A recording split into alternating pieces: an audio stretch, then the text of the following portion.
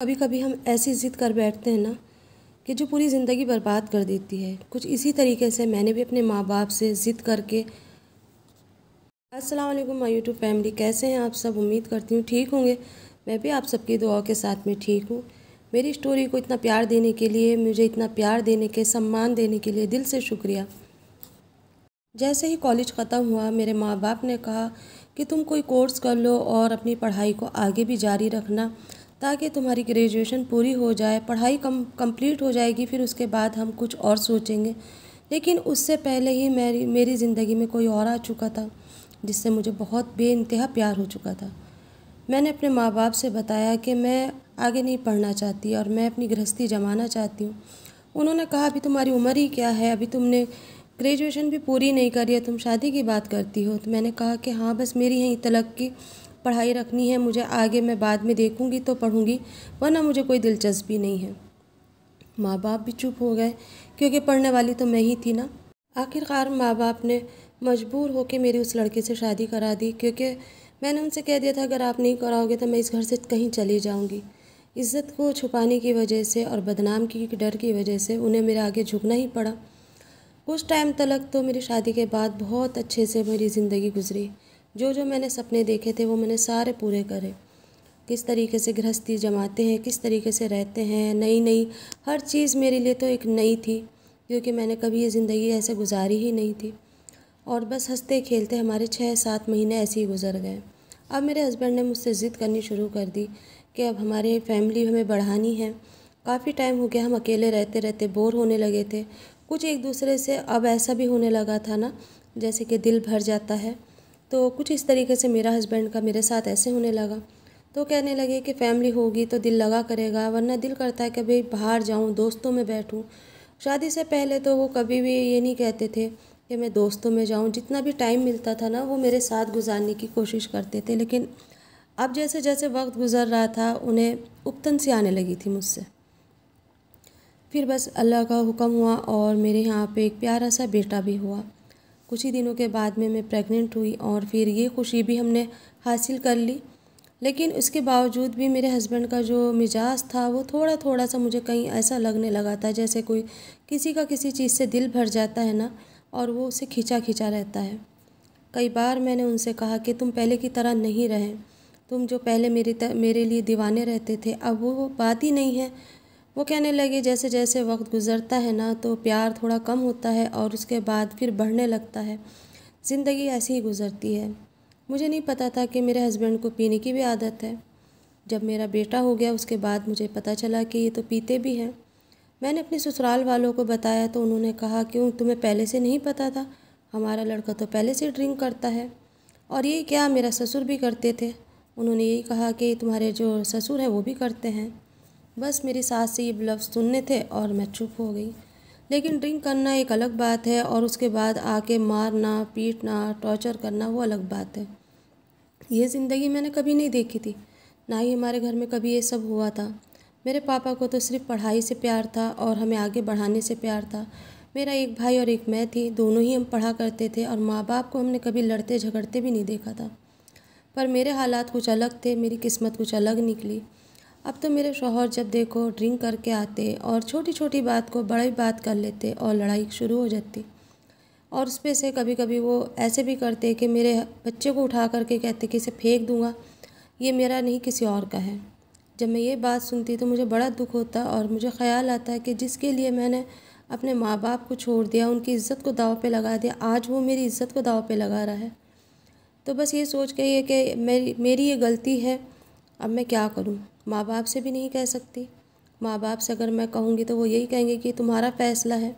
मैंने अपने भाई से कहा कि भाई मैं इस तरीके से परेशान हूँ, मैं क्या करूँ? ये रोज़ आता है, मारता है, पीटता है और फिर उसके बाद में जो भी खाना वगैरह बना रहता है वो भी फेंक देता है और फिर कहता है कि ये बच्चा मेरा नहीं है। मेरे भाई ने मेरे हस्बैंड से बात की, उन्हें समझाया, कुछ दिन वो सही रहते और फिर उसके बाद यही हालात हो जाते।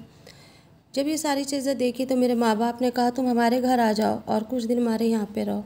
मैं अपनी माँ बाप के यहाँ चली गई। उस पे से उसने मुझे मेरी बिल्कुल खैर खबर लेनी ही बंद कर दी। फिर मुझे ख़्याल आया कि मेरी पूरी घर गृहस्थी है, अगर मैं यहाँ पड़ी रही तो वो वहाँ पर पता नहीं क्या क्या करेंगे। मैं इसके बाद फिर अपने ससुराल चली गई, यानी कि अपने हस्बैंड के घर। ससुराल तो मैं नहीं रहती थी, लेकिन उसके बाद में फिर वही हालात, फिर वही लड़ाई झगड़े, फिर वही सारी चीज़ें चल रही थी। अब तो उसने काम भी छोड़ दिया था। मुझसे कहता था कि तू ही काम कर, तू कमा के लेकर आ और मैं घर संभाल लूँगा। मेरे भाई ने कहा कि ये तो बहुत गलत बात है, तुम एक काम करो, तुम अपनी पढ़ाई फिर से शुरू करो और इससे अपना पीछा छुड़वाओ। मैंने अपने भाई से कहा, अगर मैंने इससे पीछा छुड़ाया तो मेरे बच्चे का मेरा क्या होगा। मेरे भाई ने कहा कि पढ़ाई अगर तुम पूरी कर लेती तो आज ही दिन देखना नहीं पड़ता, अपनी जॉब करती, अपनी ज़िंदगी जीती। बहुत जल्दी तुमने ये वाला फ़ैसला लिया। बस ज़िंदगी का ये एक बड़ा तजुर्बा था, या ये समझिए एक बहुत बड़ी ठोकर थी, या मैंने अपनी ज़िंदगी को अपने हाथ से ख़राब करा। लेकिन इससे मैंने बहुत कुछ सीख लिया था कि प्यार मोहब्बत जो होते हैं ना, कुछ वक्त के लिए होते हैं। उसके बाद जब असली ज़िंदगी में हम पहुंचते हैं तो वो कहीं ना कहीं ख़त्म हो जाते हैं और वो ज़िंदगी हमारी शुरू हो जाती है, जो कांटों से भरी होती है। मेरे भाई ने मुझे फॉर्म ला के दिया। जैसे ही मेरे हस्बैंड को पता चला कि मैं आगे की पढ़ाई शुरू करने वाली हूँ और वो फॉर्म रखा था, मेरे हस्बैंड ने उसे फाड़ दिया और कहा कि घर की औरतें घर में अच्छी लगती है, मैं तुमसे तुम्हारी पढ़ाई नहीं कराऊंगा। हाँ, जॉब करो लेकिन पढ़ाई मत करो। तो ये क्या बात हुई, जॉब भी करूँगी तो भी बाहर जाऊँगी और पढ़ाई करूँगी तो भी बाहर जाऊँगी। पर उनकी ये ज़िद थी कि आगे पढ़ाई नहीं करनी। मैंने अपने हस्बैंड को बहुत समझाया लेकिन वो बिल्कुल नहीं माने। फिर मैंने अपनी सास को फ़ोन करा। मैंने अपनी सास से बताया कि ऐसे ऐसे मैं यहाँ पर इतनी परेशान हूँ। उन्होंने भी यही कह के पल्ला झाड़ लिया कि ये तुम्हारा अपना फ़ैसला था, तुमने खुद ने फ़ैसला करा था, हम तो इसकी शादी कभी नहीं करते, जब तक ये नशा नहीं छोड़ता हम इसकी शादी नहीं करते। अब तुम जानो, तुम्हारा काम जाने। अब मेरे पास और कोई ऑप्शन नहीं था, क्योंकि पीट पीट के मेरी हालत बहुत ज़्यादा बुरी हो चुकी थी। कभी कभी मन करता था अपने आप को ख़त्म कर लूँ, कभी दिल करता था कहीं चली जाऊँ, लेकिन बच्चा साथ में था। इस बच्चे की वजह से मैं कुछ भी नहीं कर सकती थी। एक बार को बाप नहीं ध्यान करता, लेकिन माँ अपने बच्चों को कभी नहीं छोड़ सकती। मैं ऐसे दोहराए पे खड़ी थी जहाँ ना मर सकती थी ना जी सकती थी। अगर जीऊँ तो किस तरीके से जीऊँ। रात और दिन मार खा खा के मेरा बदन ख़राब होते जा रहा था। कभी वो उंगली मोड़ देता तो कभी पेट में लाते बजा देता, तो कभी वो चेहरे पे थप्पड़ ही थप्पड़ बजाता और बाल खींच लेता। कभी कहता कि रात को सोते सोते तुम्हारा गला दबा दूंगा, कभी कहता कि तुम्हारे मुंह पे तेज़ाब डाल दूंगा। इन सारी दहशतों से मैं आजिज़ आ गई थी, परेशान हो गई थी। इस परेशानी को देखते हुए मैंने अपनी माँ को फिर से कहा कि अब मैं क्या करूँ। या तो मेरे पास दो ही रास्ते हैं, क्या तो मैं अपना आप को ख़त्म कर लूँ या फिर मैं इससे पीछा छुड़ा लूँ। मेरी माँ ने उस वक्त मेरा साथ दिया और कहा कि ज़िंदगी का वो फ़ैसला तो तुमने गलत करा था, अब भी तुम गलत फ़ैसला ही लेने जा रही हो। अब एक काम करो, इससे किसी तरीके से अपना पीछा छुड़ाओ, अपनी पढ़ाई आगे की करो, अपने बच्चे को लेके आगे के ज़िंदगी में निकलो, ताकि तुम्हारी ज़िंदगी संवरे। जो गलती तुमने जब की थी अब मत दोहराओ। बस इतना सुनना था। मैंने अपने कपड़े लिए और अपनी माँ के घर आ गई। कुछ दिन तक मैं अपनी माँ के यहाँ रही, क्योंकि मैं डिप्रेशन में थी। मुझे समझ नहीं आ रहा था मैं क्या करूँ क्या ना करूँ, लेकिन मेरे भाई ने और मेरी माँ ने मुझे संभाला। पापा तो मुझसे नाराज़ थे, वो मुझसे ज़्यादा बात नहीं करते थे, लेकिन फिर भी मैं उनसे बात करती और किसी न किसी तरीके से उनके दिल को साफ़ करने की कोशिश करती। फिर मेरे भाई ने मुझे फिर फॉर्म ला के दिया और कहा इसे भरो और अपने आगे की पढ़ाई पूरी करो। माँ के घर रहकर मैंने अपनी पढ़ाई कंप्लीट करी। माँ के घर रह के मैंने अपने बच्चे को पाला। लेकिन जैसे ही मेरी पढ़ाई कंप्लीट हुई, मैंने सोच लिया था कि अब मैं और बोझ नहीं बनूंगी इनके घर, क्योंकि शादी से पहले रहने में और शादी के बाद रहने में बहुत फ़र्क होता है। जब रहते हैं हक़ से और अब रहते हैं मजबूरी में। ये मजबूरी जो है ना, अंदर ही अंदर खाती है इंसान को। जब कोई ये कहता है ना तुम्हारी लड़की छूट कर आ गई है, तुम्हारी लड़की ने ये फ़ैसला गलत करा है, तुम्हारी बेटी ने तलाक़ ले लिया है, ये बातें मेरे दिल को बहुत चुभा करती थी। बस इसी वजह से मैंने सोच लिया था कि अब मैं अपना रूम अलग ले लूँगी और बस वहाँ पर ही रहूँगी। कुछ दिनों के बाद में मैंने इंटरव्यू देने शुरू करे और कई जगह अपने फॉर्म डाले। कई जगह इंटरव्यू देने गई, कई जगह फ़ेल हुई, कई जगह पास हुई। कहीं जगह मुझे अच्छी जॉब लगी, लेकिन मुझे उनकी नीयत अच्छी नहीं लगी, तो मैंने वो जॉब छोड़ दी, क्योंकि एक बार धोखा खा लिया था, अब ज़िंदगी में बार बार नहीं।